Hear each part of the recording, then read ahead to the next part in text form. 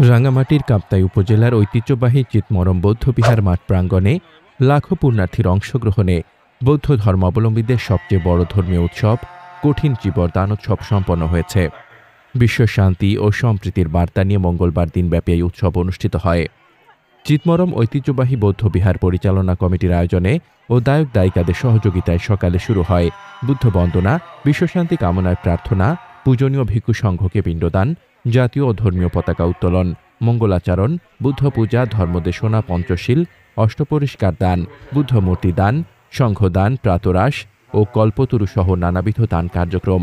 দ্বিতীয় পর্বে বেলা 2টার দিকে ঢাক ঢোল বাজিয়ে কঠিন চিবর ও কল্পতরু শোভাযাত্রা মাঠে আনা হয়। এরপর উদ্বোধনী ধর্মীয় সঙ্গীত পরিবেশনের মধ্য দিয়ে শুরু হয় মূল অনুষ্ঠান। সকল প্রাণীর হিত সুখ ও বিশ্ব শান্তি কামনায় পঞ্চশীল গ্রহণ, সংঘদান, অষ্টপরিষ্কার দান, বুদ্ধমূর্তি দান, কল্পতরু দান ও কঠিন চিবর দান সম্পন্ন করা হয়। ধর্মসভায় সভাপতিত্ব করেন ঐতিহ্যবাহী চিতমরম বৌদ্ধবিহারের পূজনীয় বিহারাধ্যক্ষ ভদন্ত পামুখা মহাথেরো। প্রধান ধর্মদেশক ছিলেন ওয়াগ্গা জনকল্যাণ বৌদ্ধ বিহারের বিহারাধ্যক্ষ ভদন্ত সুমেধানন্দ মহাথেরো এবং বিশেষ ধর্মদেশক ছিলেন চিতমরম বৌদ্ধবিহারের ভদন্ত ওয়ানা সারাথের। অনুষ্ঠানটি সঞ্চালনা করেন সদস্য সচিব অ্যাডভোকেট লাথওয়াই মার্মা ও সাচিব মার্মা। অনুষ্ঠানে উপস্থিত থেকে বক্তব্য দেন রাঙ্গামাটি জেলা বিএনপির সাধারণ সম্পাদক অ্যাডভোকেট মামুনুর রশিদ, রাঙ্গামাটি জেলা পরিষদের সদস্য কেয়াও সিং মং মার্মা, জেলা বিএনপির যুগ্ম সম্পাদক ও কাপ্তাই উপজেলা পরিষদের সাবেক চেয়ারম্যান দিলদার হোসেন, রাঙ্গামাটি জেলা মার্মা ঐক্য পরিষদের সভাপতি সাজাই মং মার্মা, কাপ্তাই উপজেলা বিএনপি সাংগঠনিক সম্পাদক উথোয়াই মং মার্মা এবং রাজস্থলী সার্কেলের সহকারী পুলিশ সুপার নুরুল আমিন চৌধুরী সহ অনেকে।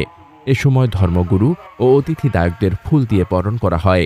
অনুষ্ঠানের শুরুতে স্বাগত বক্তব্য দেন কঠিন চিবর দানোৎসবের আহ্বায়ক মং সুইপ্রু মার্মা। 3 পার্বত্য জেলা থেকে আগত লাখো বৌদ্ধ ধর্মাবলম্বী নারী পুরুষ দলে দলে অংশ নিয়ে সমবেত প্রার্থনা ও পঞ্চশীল গ্রহণের মাধ্যমে জগতের সকল প্রাণীর হিতসুখ কামনা করেন।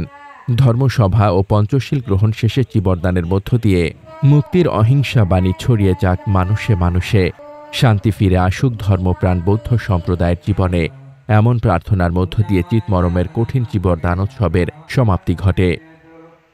মোহাম্মদ শামীম রেজা, দৈনিক খোলা চোখ।